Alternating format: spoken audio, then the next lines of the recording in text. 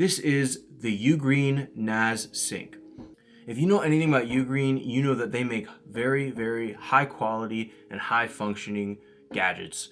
Now UGREEN is kind of a new player on the block. They've kind of come up in the last couple of years, super fast. I believe they're out of China, but you could think of them as a competitor to Anker. They make super high quality chargers, cables, USB dongles. This is something that kind of breaks them out of that space, and something that not even Anker does is make a RAID array NAS. So NAS stands for Network Accessible Storage. It's a drive that you can access anywhere as long as you have an internet connection. Google Drive and Dropbox are basically the exact same. What this does is it gives you the power to put all of your drives in here and then access them wherever you go and share private links just as you would with any other company that offers a similar cloud-based storage solution. The really cool thing about this is you can set it up as a RAID array. So these drives are constantly running. If one of them fails, it's backed up on the other and you're good to go, which means now this RAID array gives you a little bit of peace of mind because your data is not just stored on one drive, but in this case, 2 drives. And that means if one of these drives fails, all of your data is still secure on the other drive. So the setup is so simple. It's very user-friendly. All you have to do is pop these out and you put a SATA drive in here. And then the app will help you take care of all of the rest. It's the most user-friendly option that I've seen for something like this, which is why I shelled out the money for this. Now, one thing to keep in mind is this doesn't come with any drives. You have to buy your own drives, and you want to buy SATA drives, specifically drives that are set up to be used in a RAID array system. Here I have a 12 terabyte Seagate Iron Wolf Pro. This is set up to be used in a RAID array, and I have 2 of them.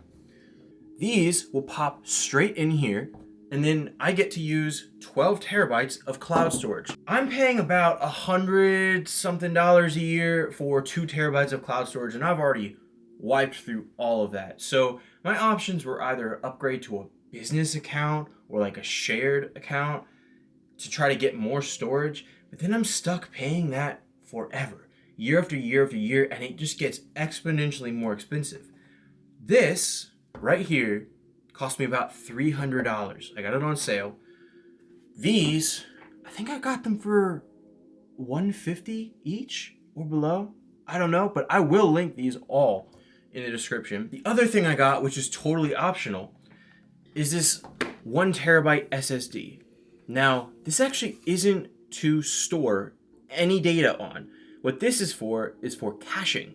So all of the read and write things that I need to access fast all the time every day, instead of constantly writing and overwriting these drives, it's going to use this baby, which will hopefully last longer and protect my actual data drives. And I would much rather replace this guy than have to go through the trouble of replacing these. Now I decided to get the smallest, most compact version they have so that if I decide to move, especially overseas, which is something I'm currently considering, then I can just put this in a large Pelican and travel with it, and it'll be no problem. They do sell like massive arrays that you can get, which are really cool, and I'm considering setting that up for the company I started with a couple of my friends so that all of our stuff can be shared on one cloud server and we don't have to pay the large price for cloud services day after day after day. And most importantly, the download and upload speeds are going to be, hypothetically, way faster. So I'm gonna get this baby plugged in and we're gonna set it up together. Let's see how it goes.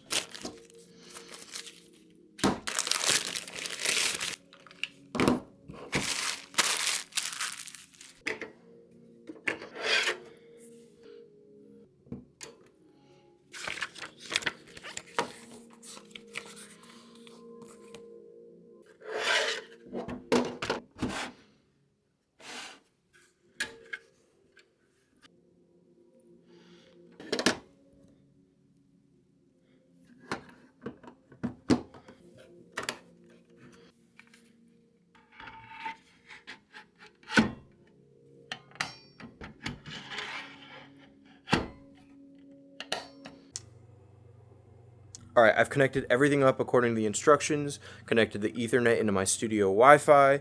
I downloaded the app, and it just kind of walked me through, like, naming the service. It just rebooted, and this just popped up.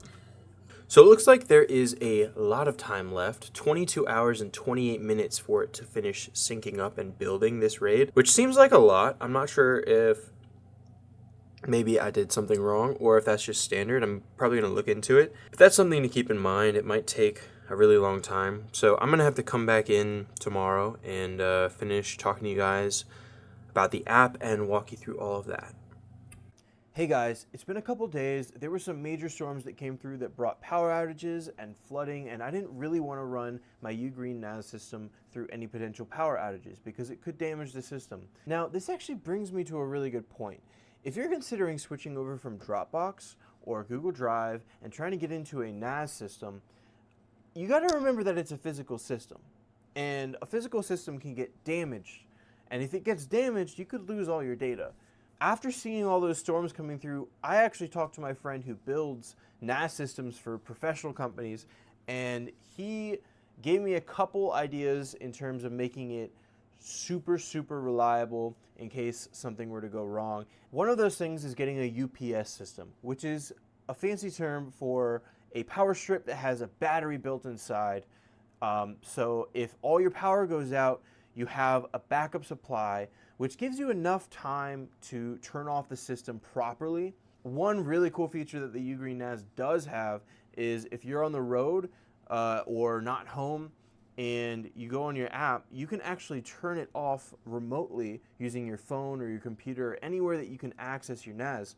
The only thing is, if your power does go out at home, your Wi-Fi is probably going to go out too, which means you won't be able to make that connection and then turn it off. So if you know that storms are coming through where you're living and you don't want to risk the power outages, you're going to have to turn it off. Now, this can be a bummer, you know, if you're on the road or traveling and you really need access to this drive. And that's really the big downfall of a system like this, is the fact that you do have to manage it no matter where you are. So obviously the UGREEN system isn't going to be a total killer of Google Drive and Dropbox. There's still so much value in having a system like that that exists totally in the cloud that you don't have to manage. Now, what this system does allow you to do is have massive amounts of data affordably in a system that you keep yourself, that is secure. I think this system is still going to be worth it despite having that limitation and maybe having to shut it down every now and then. You know, storms aren't a huge problem in my area. I don't get a ton of power outages. It just so happens that the day that I was setting it all up, I did get those power outages. But that is one thing to keep in mind. If you live in an area where that's more common, this might not be the system for you. Now that we've got it all set up, we can dive into the app, and I'm going to show you what the UI looks like. And anyway, now that we've got it all set up, I'm going to dive into the UI and show you guys what it looks like to access this system. All right, so down here, there is the UGREEN Nas app. We're going to open that up. Once I have logged into the system, this is what I'm greeted with. This background can actually be changed, which is pretty cool, but you basically have everything here that lets you manage the system. You have a task manager that gives you overview of your CPU, your GPU, your memory, everything that you need to know about how this system is running can be accessed right. And then down in here, we have our storage. This is how you manage your hard disks, your M.2 slots, all of that, any external storage that you have. Now up here is the Files tab, and this is where you can actually access all of your files. Right here I have a test file, and I'm going to show you it is as easy as dragging in some footage. This one's cool. This is footage of a copperhead that I found on the hike. And I'm going to pull it up on my phone right now to show you how easy it is to access it. The video's in there. There it is. So really, it's as simple as that. You treat it as you would any other cloud-based system. The only difference is it has its own physical drive that you keep in your house. Now, I do want to show you some more of this UI because there's some things in here like App Center. So these are all of the apps that you can use. You can actually run a virtual machine through this, so you could run Windows, which is pretty interesting. There's torrenting stuff.